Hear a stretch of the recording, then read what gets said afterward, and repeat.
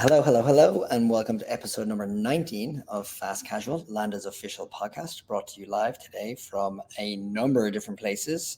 We're in New York City, we're in California, and we're in Toronto, Ontario. My name's Alex Mann, and I'm your host again, and it's great to be back after a 1 hour break. As I like to say, every restaurant has a story. And so without further delay, let's get this show on the road. I'm delighted to say I'll be chatting with Karen Gogri, owner, operator, franchisee, developer, therapist, lawyer, you name it, the man's got it all with brands like Jack in the Box, Black Bear Diner, and Qdoba. Karen, do you want to give us an introduction? Tell us a bit about yourself and how you got to where you are today. Sure. First and foremost, thank you, Alex, Rohan, Landon, Tiger, everybody for hosting. I will say this is the first podcast I've ever been on. I'm a frequent listener, but first one I've ever got to speak on. So it's a true honor, and thank you for the opportunity. So, name's Karan Gogri. I'm a 33-year-old Californian who has literally grown up in the restaurant industry. My parents bought their first Jack in the Box in 1988. I was born in 1990. Prior to that, my dad had worked at Jack in the Box for a long time, worked his way up, and eventually was able to become an owner. And so my story kind of starts there. 1990, I was born. Family owned one Jack in the Box. I grew up literally in the back office of it. That was my nursery. By virtue of that, when it was just one unit, our staff was mom, dad, grandpa, and at times me.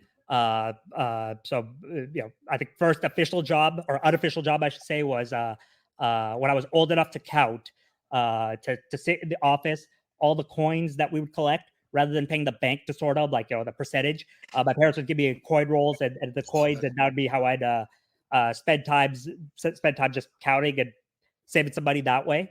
From then on, I went on to being the unofficial hamburger wrapper. So I'd sit at the end of the line after washing my hands and doing all the other stuff, probably violating some child labor laws, but no health violations.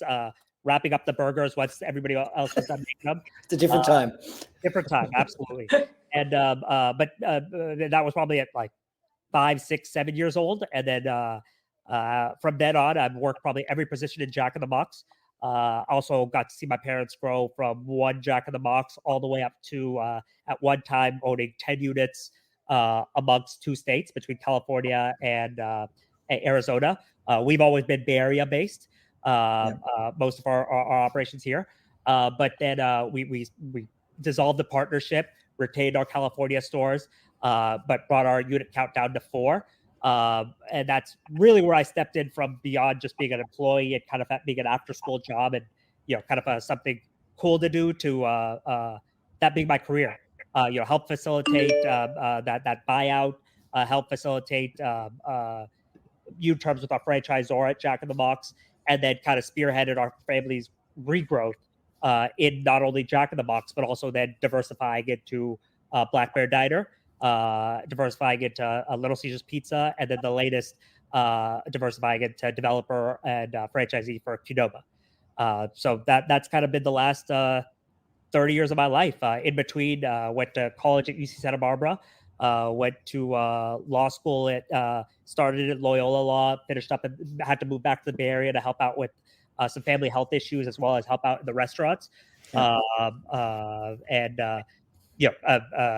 Pursued my education mostly because my mom said, hey, the business is always going to be there, but I want you to have a degree in case something ever goes wrong, or God forbid, if something were ever happen to the restaurants, we want you to have something you could fall back on. We have the opportunity to do that. But my heart's always been, ever since I was as old as I can remember, my heart's always been in business and to come back to the restaurants. I mean, that's unreal. And what's interesting is, like, we've spoken to a number of different people who've kind of gone into family businesses as well. And just like, it sounds like we were just talking about it just before we came on. You were using the word incubator. It's like the house you're in right now is almost like a startup incubator. And you guys have like grown insanely over the last number of years. I mean, like so many locations. I guess my question to you is like, Do you feel any? What's the kind of pressure you feel coming in as the sort of the millennial into the parents' environment? You know. Sure. I mean, I think you grow up and eventually you learn terms like nepo baby, and you get the silver spoon, and the assumptions that are made about you. Yeah. And I'll be candid, probably not all of them are true, right? You're afforded a lot of opportunities thanks to the hard work the generations before you put in. So I look at it two ways. On one hand, it's one of the biggest blessings, right? That first and foremost, right? I got to see the American dream firsthand. I know we spoke about this in the past. I've spoke to Rohan about it in the times we've crossed paths. My family story, even before I was born, my dad was apprenticing to be a tailor in India. My grandpa owned a little shop in India. They sold everything and came to America with $200 in their pockets, which I believe within 3 days they were robbed at gunpoint for. So they literally started, with nothing in the country, found work in the restaurant industry, and they'll tell you minimum wage was $2 when they started, and to see those humble beginnings to now, and as much as I've gotten to help out and be a part of that growth, to witness it and to learn from it, that I say I got to go to law school, but I got a free MBA just being around. So that's a huge blessing. You're not wrong in that there's a pressure there, but I think the pressure is you're standing on the shoulder of giants. My grandpa sacrificed everything for my dad to have that opportunity. I know what my parents sacrificed for me to have this opportunity, that they had to work 20 hours a day at the first unit they bought, so that today we can now acquire units and build units and do those other things. And still to this day, that's why if we open a new restaurant,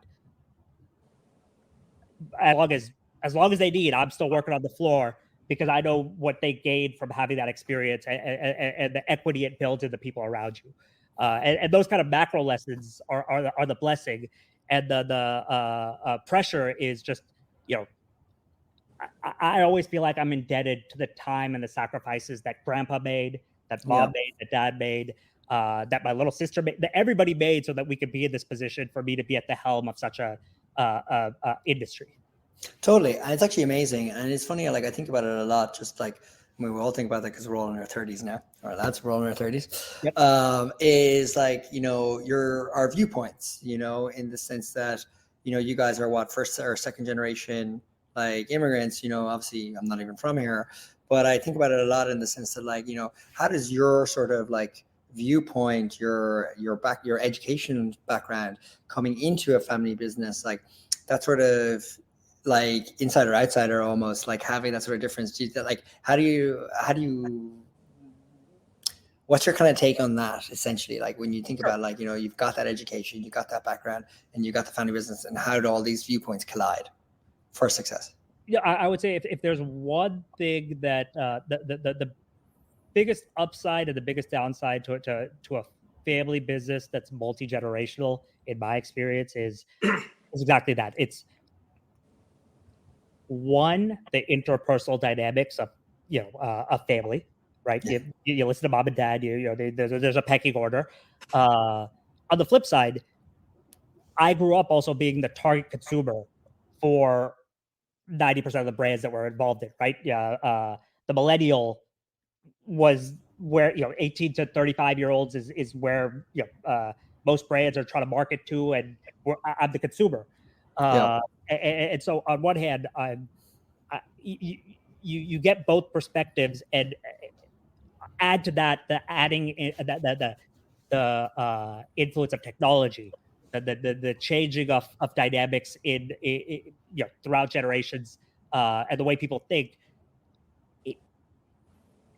I wish I could tell you there's an easy answer as to how to make those conversations easier. It's something we but I think it's a huge benefit. You learn from the lessons of the past. Sometimes you're learning from other people's mistakes.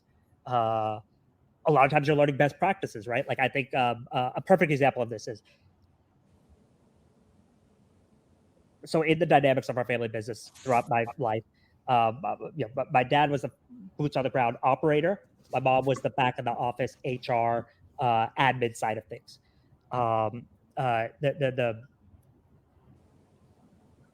The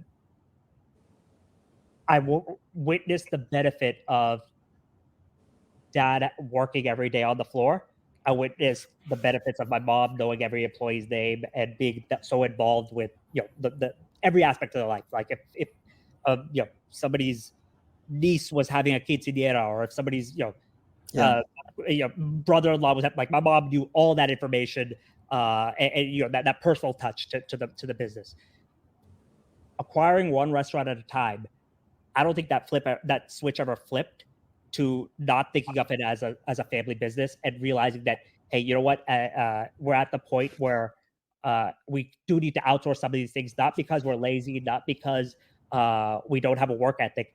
It's just there's hours of the day, and what we have to do is much more important than the decision making and the negotiations than saving an hour of labor by manning the cash register. And that flip, and to your previous point of being the second generation person, where the assumption is kind of what you wear is everybody assumes you have things handed to you. You don't want to work. Well, no, it's not that I don't want to work. It's that we're just in a different place. It's minimum wage is not $2 anymore. We have more than one unit. The challenges we face today are not the challenges we faced yesterday. It's not because I'm not willing to do that work. It's and having that conversation in a respectful way. That, hey, we're all moving towards the growth of the business. This is what you see. This is what I see. This is the perspective I come from. I might be wrong. You might be wrong. We can't just disregard something because it's the old way of doing things, and we shouldn't be so opposed to doing things a new way and marrying concepts. And that's awesome. And I mean, I always laugh because in my family, I have a large family as well. And it's the kind of running joke in ours is you can choose your friends, not your family. And when it comes to like scaling out this like restaurant business, now you were saying that like you mentioned last week, am I right in remembering that you're like some of your fraternity brothers are involved with you as well, and you've kind of so you've grown this, you've kind of brought in a whole cohort of advisors and business partners, and they're slotting into this dynamic as well. And you know what? And that's a perfect example of how the benefits of that tension between the old way of doing things and the new way of doing things is great. In that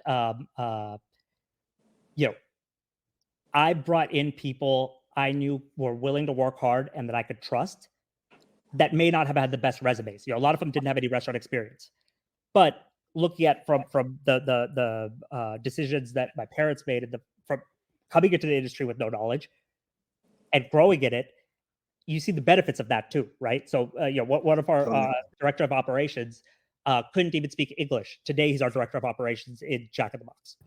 Yeah.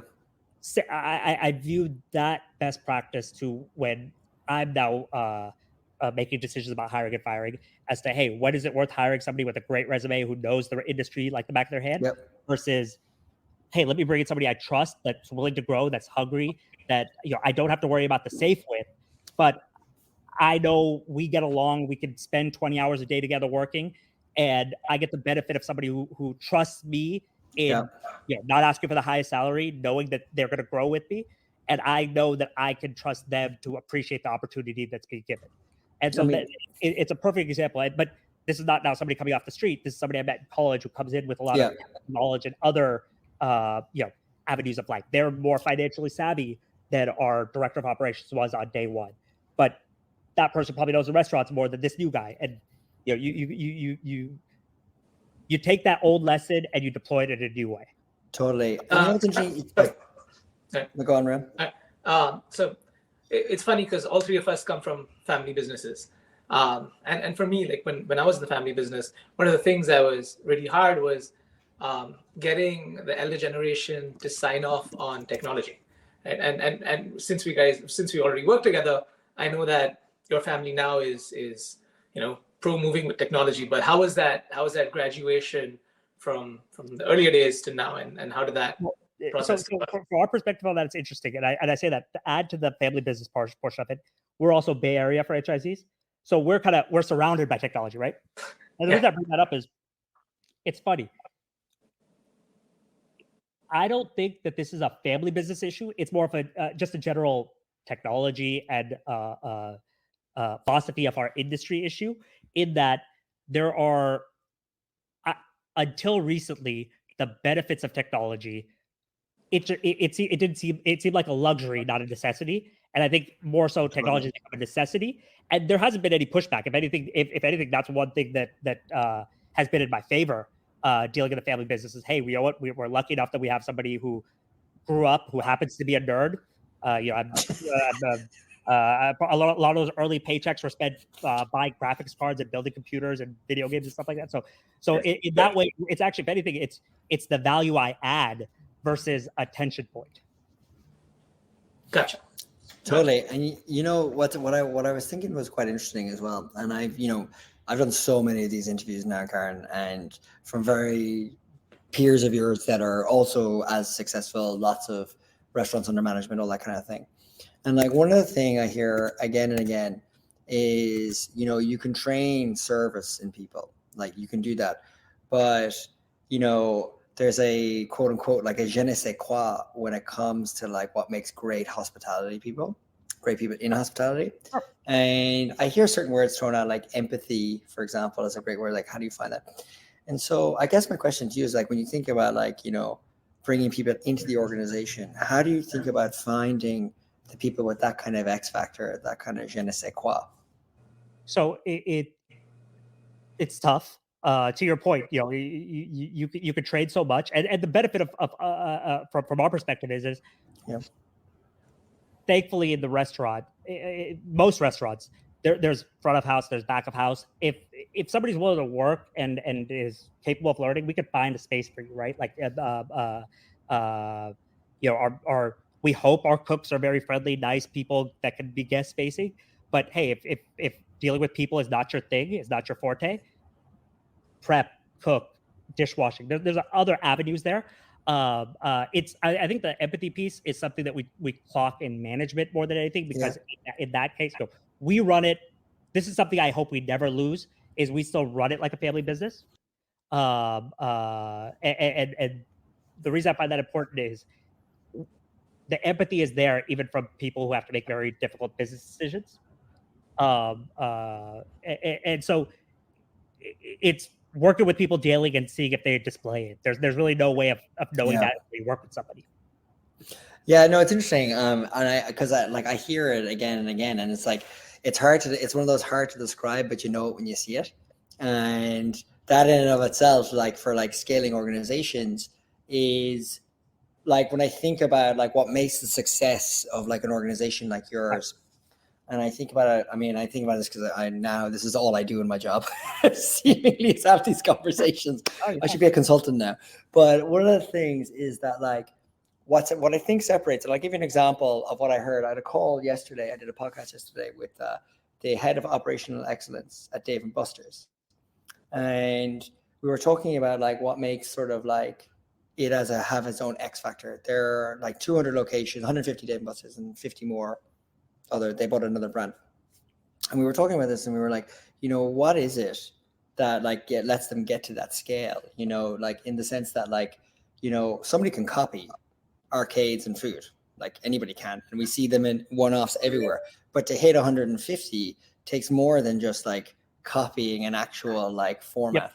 Yep. And I think the question I always think about here, and it's interesting for you because you're in a family business, which is like scaling culture as you grow. Yep. Like you can scale a process, but scaling culture is a whole other challenge. And that's the secret. That's the X factor. But then you have an additional flavor to it, which is the fact that it's like a family business you have also scaling at that scale. And to your point, saying you don't want to lose the family business kind of angle to it. So I'm curious your take on that. No, I think I'm going to steal that phrase, scaling culture, because I think that unintentionally that's... You're welcome. That's yeah. One of the best practices. Thankfully, I don't have to pay royalties to this podcast. I hope. No, but scaling culture. I think the best practice, and this is the reason I find it important to still be in the stores every day. And I've done my growth geographically versus just looking at a spreadsheet and hey, here's a good chance in Idaho or something like that. Like I want to be able to walk into the store. Is modeling good culture. It's like if I go into the restaurant, I'm not in sweats. I'm not in athletes. Or if I am, then I'm only a customer. If I'm coming in as so that's all to say that's why I value people in my senior management being people I generally enjoy working with every day, because you want to be around them. You want to have similar worldviews, similar values. To your point, that's hard to train. And it's the short answer of it is, how do you scale culture? Well, you live it, you model it. It comes from the top. Yeah. So the same way I'm honest. I'd like to think generous and care about each one of my director of operations, each one of my managers, each one of my employees. But in showing that, like for example, we had I have a manager. I've literally been housemates or roommates. This is after college with my managers. I've been, because if they need housing, they can come stay with me. It's emulating and showing that level of compassion and that level of care. I would hope that my managers show that to each and every employee, that they understand that, hey, if somebody's late because, babysitter showed up 15 minutes late, I don't tear my general managers' heads off if something in their life is going on that's impacting their work. I hope they don't do the same to their employees. And so it's just little things like that, and it's being there. A lot of times, I think most people want to do the right thing. They want to do what's best. Everybody cares about it. You show you care. You retain the people who care. No, exactly that. Ruhan, were you about to say something there? Sorry, you were I was. Sorry. Sorry. Since the Bay Area has come up, I wanted to know Karan's thoughts on the FAST Act, and how do you think that this is going to affect the industry? How this is going to affect us all, and what next? Sure. So I'll give a broad answer, and I'll warn you that it kind of touches on everything we've already talked about. And the broad answer is one of the things you learn if you're going to be in the restaurant industry a long time is that, pardon my French, but shit's going to happen. There's going to be things that come up, a lot of things that are out of control. What we've learned in general is panicking is not helpful. You can only control what you can control. And so this FAST Act, right? Like, let's talk about it, right? It's going to raise the cost of labor for us. End of the day, right? Let's parallel that to what we just went through in the pandemic that affected the entire nation. We didn't know what impact it was going to have. We assumed it was going to be bad. And in reality, at the end of the day, we just had to get through it. I looked through my entire history in the restaurant industry. Now, this is 33 years, right? I've been through a brand suffering a PR nightmare that had nothing to do with us. I won't, this is not a brand affiliated with me, but just to point out where it's happened in other folks' brands. Imagine you're a franchisee of Wendy's. It wasn't your store. You own a Wendy's in New York, or you own a Wendy's in Colorado, but everywhere in the news nationally, you're talking about a figure that was found in Chile. Now your sales are impacted. What control did you have over that? Right now, that's a challenge, but you got to deal with it. You wake up tomorrow, you got employees that are showing up to work, and you deal with it.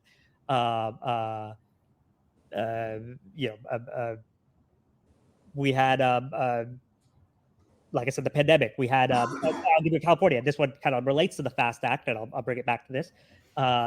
Almost 20 years ago now, California was on a trend, county by county, raising the minimum wage. So you had San Jose County, or the city of San Jose raise the minimum wage just in the city, but then the counties around it hadn't. That caused a challenge for everybody in San Jose. So big answer is it going to be a challenge? Absolutely. Is it something that we're panicking over? Some, maybe. I mean, it kind of depends on where you are in the industry, where you are in your cycle. I would say what it's going to cause, and what I hope it causes with some people is, it's going to change everybody's pro forma. It's going to change everybody's expectations. It'll probably make people question and challenge the way what makes a successful store. Their appetite to invest. Mostly, I think it's just going to be a time thing, right? Because yes, minimum wage increases. Ideally, what that means is everybody's going to have more money. So over the course of 5 years, it's just going to be inflationary. So prices are going to raise. On the other end of that, technology and best practices on our end are going to change. We're going to become more efficient. In the short term is where it's going to feel more people are going to feel the most pain, right? It's a restaurant that was just barely surviving, maybe was already shedding transactions. This might be the death blow. Thankfully, we're going to look at it. We wish, in an ideal world, wish we had more time to make some of these decisions and judgments. It is what it is. That's all to say. It's going to be a challenge. We know it's going to be a challenge. Really, the only decisions most franchisees have is, hey, do I want to stay in this industry? Yeah, I think people are still going to be hungry. I think people are still going to have to eat. And I'm still relatively young, so I'm not looking to exit. Or are we going to just weather this storm, just like we did with COVID, just like we did with any of the other 100 things that have come up over the last 30 years? That's what we're going to do. Where is it likely to have its most impact? That's tough to say. Again, I won't pretend to know that answer. I will say what I would assume, and I think what most people are preparing for is, like I said, if you're already struggling, I don't think it's going to be geographic. It's if you are already struggling, it's going to hurt you more. If you are already having a challenge with labor, it's going to be a bigger challenge. If your store already had a issue with generating sales and the volume, this is not going to help. I think it will, hopefully franchise to franchise. I'll say it the same way with the pandemic, right? Each brand, each segment of our industry responded differently, and we're now just seeing the fruits of it. The way Black Bear handled it, one of my brands, I thought was great. That industry, which was so focused on sit down, that segment of the restaurant industry that was so focused on sit down, took the biggest hit. A dine-in business not being there, that's 90% of our business. Everything with a drive-through saw sales increases. So Jack's and food that did require dining room, that's all increasing. Now that we're hopefully on the other end of the pandemic, those who survived, Black Bear found a third-party delivery and an off-premise dining that we didn't know. I don't think anybody knew existed. It was gonna. We thought when everything shook loose, dine-in would come back and third-party would taper down. Yep. Actually, what happened is dine-in stayed steady. This came back, so it was just a new revenue stream for us, essentially, right? On the flip side, Jack and all these brands that were QSR and the quick serve and the ones that had drive-throughs and that were already kind of pre-positioned to deal with the pandemic well, hey, you know what? It juiced our sales. Now, on the flip side, year-over-year numbers might not look as great because, okay, now when we were the only game in town in some towns, not because we're doing anything wrong, it's just now they're, the Denny's and the Black Bear Diner are open again, so some people are going to eat there versus us. We made a lot of money during that time, but now year-over-year sales aren't going to look as great. So I find it hard to answer the question as to where is it going to affect the most. Honestly, we don't know. Yeah, we kind of know that the day-to-day challenges are going to be, the cost of labor is going to be up. There's going to be difficult decisions in the stores that weren't generating enough income, and then the stores that are just on the cusp, we're going to have to figure out, hey, how much of it is taking price? How much of it is becoming more efficient in our operations, be it less hours, find what right investments we're going to make and where to weather that storm. So it's kind of like designing an equation effectively to solve into the next phase. Like and not even just an equation, because I don't want to take the human element out of it. Yeah. We'll adapt too on the other end of it. Hey, is there day parts or is there opportunities elsewhere where we don't have to lose an employee or shut down a store or make these difficult decisions? So our first way we deal with this is always going to be, hey, let's pivot. Let's find a way to be flexible. Again, during the pandemic, some folks ran a skinny skeleton staff and didn't think about, hey, what happens the day I open my doors? My labor was a little bit higher. We still stayed aboard, but when the pandemic ended, my Black Bears recovered, in my opinion, a little bit quicker because we didn't leave all our cooks out to dry. We found hours, right? So it's like, how much foresight? And that's why I say it's, where are you in the industry? If you're somebody who's looking to exit, again, I look at it like the pandemic. Some folks after the pandemic said, hey, do I want to go through this again? Or do I want to sell my business to the next generation, cash out now, and let the next 30 years be somebody else's problem? That might be a decision some people make. So for me, as somebody who's going to operate for the next years, it's just, how do I survive the next couple months, year that we figure all this out? And we will figure it out. We always have. And again, like I said, my cornerstone to all that is, you're not going to out innovate hunger. Right? There's not going to be an app. There's not going to be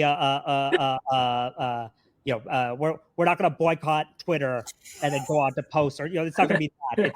We're going to quote you on that, right? So kind of to your point, right? There were two really important key takeaways that I took from what you just said. One was it seems inflationary, and two is the stores that are struggling might struggle some more. So does that mean we're going to see consolidation in the fast and the QSR space? Most likely. But again, and I would say that would happen because of the FAST Act. That could happen. That happened during COVID.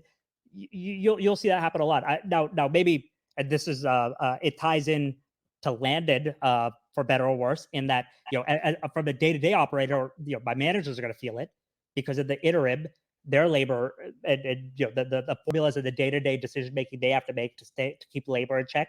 That's going to change. And I will say, what the tough part about this happening and jumping up so quickly is not that we don't want to pay minimum wage. And I harken back to when they were doing county by county. When they were doing county by county, most of the franchise community, what we were saying is, hey, you know what? Do it nationwide, just so everybody's playing by the same rules. Yeah. Right. So now everybody has to make these tough decisions. Right. The brands that are doing well versus it shouldn't be just one. You shouldn't be able to drive 5 minutes and find the I'll tell you what happened when it was just happening county by county. Everybody wanted to work at my store because the minimum wage was higher, but they wanted to shop down the road where the prices were lower because the wages there were lower, right? So it didn't solve the problem that people try to solve with the minimum wage, which is to let people live in the communities that they work in. Yeah. That challenge is not, I don't think, is going to be solved. What the actual challenge is going to be for us is, in that short term, how do we not lose good talent? How do we recruit good talent? Because now, typically what would happen is, if I'm hiring, if you have experience, chances are you can negotiate a nickel more on your hourly wage. Our tenured folks are going to expect a raise, because if you were making $20 an hour as a shift lead and now that's $20 an hour, for the person who walks in the door with no experience, that's just what anybody gets. Now my price of that shift lead, my first thing is, let's make sure they're getting paid what they feel they're worth. And it's going to make recruiting a little bit harder, because now if I'm paying that much until the price and everything else catch up, now I need you to already have a resume. Now it's harder to hire the kid out of high school this is their first job, and they were going to learn a lot of these things so that later on in life they can earn what they need to earn to raise a family of 4. It takes away that, in the short term, it's going to take away that margin for us to do. Yeah, but I would say inversely as well, it would also create a fluidity in the market again, because other people are looking for those roles as well. That too, and more people have money in their pocket to spend. So it's just, again, and that's why I say in the short term, it's just, while all that settles out, there's going to be day-to-day challenges, because of course, my sales tax, my property tax, my mortgage, none of that is going to care about waiting for all that to catch up. So in that much, the labor, the increase that the percentage of labor is going to put on my P&L is going to be felt across the brands. How we deal with it is going to be case by case basis, be it where you are in the industry. Are you looking to exit? Are you looking to sustain? Are you looking to grow? But Alex, to your point, you're right. While we figure out, is it going to be more folks looking for those roles? Is it going to is it going to make our industry more palatable? Is it going to increase people applying? Who knows? While we figure that out, the day-to-day challenge is going to be, hey, making rent tomorrow, making payroll tax the next day, all that stuff. But again, that's always, there's 100 things that could cause that for any given operator.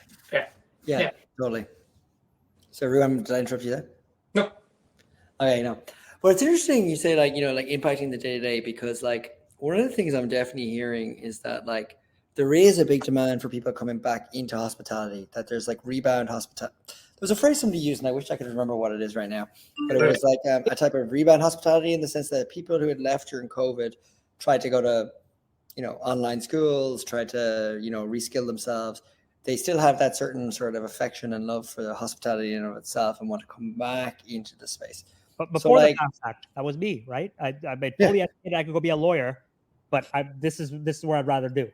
yeah, exactly. Right. And I feel like you are one of a lot of people that are like coming back in because there's a magnetism, there's almost like an affection and a love for like hospitality, which Sure. I think like, ultimately, I hear a lot about from a broad spectrum of operators, from fine dining to like franchises to resorts to hotels, is that like, you know, competing on wage almost is like not enough to compete for the best people. No. That Well, like the best, I go for it. in general, I think that the what we've learned in practice and in day to day, and an old adage is, you don't leave you don't leave someplace you enjoy for a nickel more. Typically, and same with the consumer.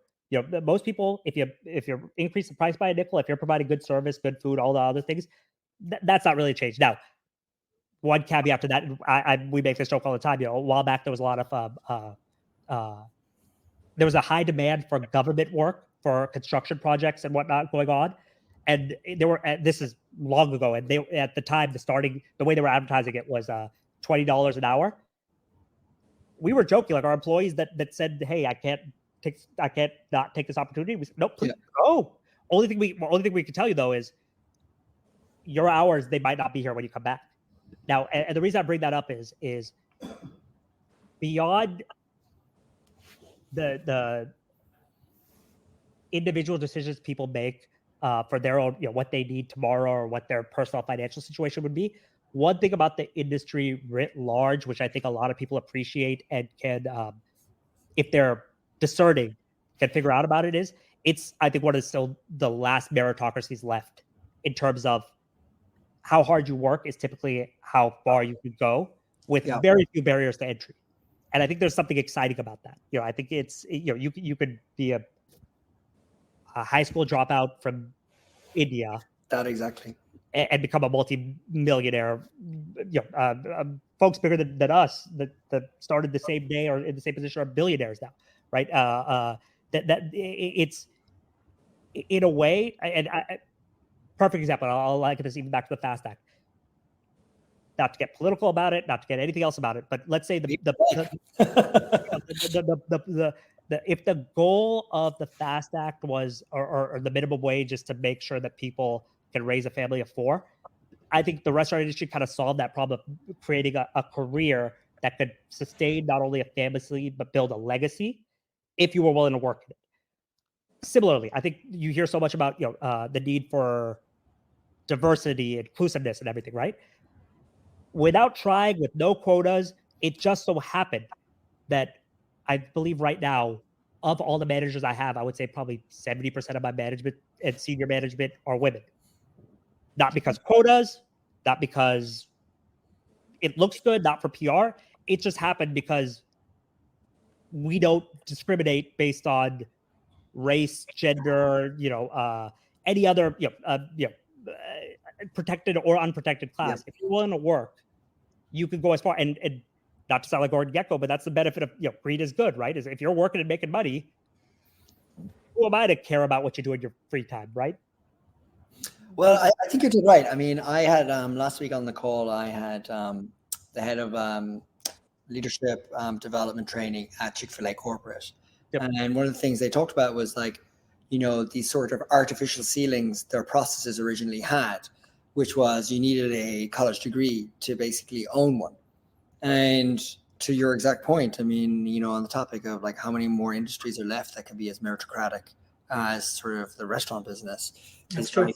They couldn't, there were so many great people that probably were likely could never own one of their brands because they just put a ceiling that was you needed a college degree, which, now we know is, at least, especially in hospitality, is kind of almost like I mean, not to say irrelevant, it obviously helps, but like it's not a key indicator of what makes somebody great at that job versus not. Sure. And even that, and then there's the day-to-day rush of it all, right? Like, this is where I said, like, it is fun. I mean, as much work, like I enjoy being on the floor at Black Bear. I enjoy working with the staff. There's a camaraderie there. For better or worse, our restaurants and their staff become a little bit of a family unit. And to that point where you're saying, there's kind of a return to hospitality, all that, there is a certain beyond just the ownership and the industry, even at the store level, day to day, like if you're a server or there's a especially around this time of year, like you could your service, the direct impact of your work and your efforts and your kindness, you see the results immediately. Like that's why I always skewed more to the operations side versus the book side, like the admin side. The admin side is the results, right? What I like is, hey, you could walk into your store and you make a decision, and it's not speculative. You could see the fruits of that decision in the next 30 minutes, and there's a certain rush to that, right? Like there's something to that instant gratification. Yeah. Like what would be an example of that? Like walking into the floor there and you're like, boom, 30 minutes. You're obviously referencing something in your head. Yeah. No, I mean, we could walk in and I remember once we had this is at the Black Bear Diner. Little did we know that 3 tour buses were going to park in our parking lot that we're going to now. This was in a time like at a traditionally non-busy time, so we didn't have enough cooks. Yep. To sustain now all of a sudden 90 people flooding the restaurant all hungry, right?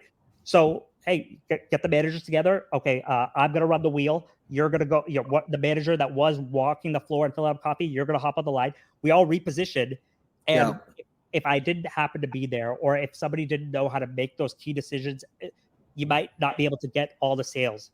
But in making those shifts and in real time, or like being there on a busy Sunday and realizing, hey, this person's struggling, let's rearrange things, and then seeing that the ticket times go from 30 minutes down to 20, down to 10, and seeing that benefit from the little tweaks you make, the subtle probably petty desire of being able to say I told you so, all those things are kind of, it's fun to deal with that kind of stuff. It's interesting. You remind me, there's an article we kind of send around to new hires here all the time that quote my old boss wrote, and it's called Giving Away Your Legos and other startup commandments. It's a really powerful link. I'll send it to you afterwards. Shout out to Molly Graham here. But like one of the things is like, when you're in, what makes a successful organization to move fast and to actually grow quickly is being comfortable with the uncertainty, being comfortable with the flexibility, and having great leaders who are comfortable at that are willing today to do this job. That's your job spec, but not to be wedded to your job spec because you might be asked to do something over here. And it's interesting because you didn't say it, but it quite clearly is like you've had great people on the floor in that restaurant who are comfortable with that uncertainty. Clearly 90 people are coming into a restaurant can phase a lot of people, but you've obviously assembled a great team of people there that were willing to say, I'm going to be on the floor right now. Happy days, no problem. And I'm willing to give away my quote unquote, my Legos, you know? Right. Well, it's to that point, another perfect example of this is, and this is where I am fortunate and I am happy of the culture we built, which is, and especially I hear this whenever I get folks from other organizations or might have not worked for worked in the best cultures in the past. The one thing I make sure is none of my managers I remember when these things happened, that being busy is a privilege. Folks walking into the restaurant is a privilege. There's some people there. I mean, there's going to be restaurants like right now in the past who wish they had, a line out the door and making everybody work hard. So, and I bring that up to think, a perfect example of this, like making the little tweaks in real time and learning from challenges. My Black Bear Diner in El Cajon, we opened not too far away from Mother's Day. Now, probably the 2 highest sales days for any given Black Bear are Mother's Day and Father's Day. Just system wide, those are very popular. It happens to be a brand that does a lot of business on those days. And unfortunately for us, our first Mother's Day was 6 weeks into our opening, which is about the amount of time it takes to really get a store in place. Yeah. And we did crazy sales, but it was probably one of the most grueling. I mean, we had a manager who didn't know what they were expecting. Yeah. We tried our best to coach them and all that. So between that and Father's Day, Mother's Day, again, pardon my French, kicked everybody's asses. I've had days like that where I've had managers turn in the keys. Everybody in that restaurant said, okay, we can either feel down on ourselves or learn. By the time Father's Day rolled around, we did a lot of the things you mentioned, kind of went against the grain. we had extra labor. We kind of, we did some counterintuitive things that all that 6 weeks of training told us not to do. And then we were one of the highest sales on Father's Day and one of the smoothest days. Now fast forward to it just happened right now at Thanksgiving, right? We went through a Thanksgiving service at Black Bear during pandemic, which was a disaster just because we could have predicted how popular we were going to be. We tried, we thought we could do our best. We took our licks, we learned from it. Fast forward to this year, I think across the board, everybody was very successful, but my unit happened to be highest sales in California. So it's just, and the virtue of that is everything you said. It's managers that take challenges and that culture of appreciating that challenges are just opportunities. Not to be down on themselves, to learn, to not get discouraged, and to be flexible. I think some of the best successes are when you're not following the prescription, but you're kind of innovating and being on the floor, learning, and then implementing. Totally. I guess before I come to wrap this up, I'm like, Ruhan, is there any final questions from you? I don't know why I said it like that. None for me. This has been fantastic. Thank you so much, Karan. This was a fun conversation. Nothing else from me, Alex. All right, great. Well, Karan, seeing as we're in a festive Giving Back season, is there any nugget that you want to highlight what you said here in this conversation, or anything you want to say just to people listening, about your management style or about the Fast Act or anything in between? I would say it's, again, 33 years in the industry. I would do it again. I hope my kids do it. Not yet, but hopefully my hypothetical kids will love it as much as I do. Make sure if you come into it, just like with anything you do, come into it because you want to do it. The other end of that is, my little sister, it wasn't her passion. And thankfully my parents were wise enough to not force her to join. But like all things, if it's a labor of love, there's a good living to be made. It's a fun industry to be in. And thank Landon, thank you, Alex, thank you, Rohan, Tiger, everybody for the platform and the opportunity to tell my story and to be my therapist for a day. Very good. Oh, man, you're an absolute legend. I'm actually delighted we got you on. I've loved hearing you, and I've loved meeting you last week, getting you on the phone and getting you here now publicly.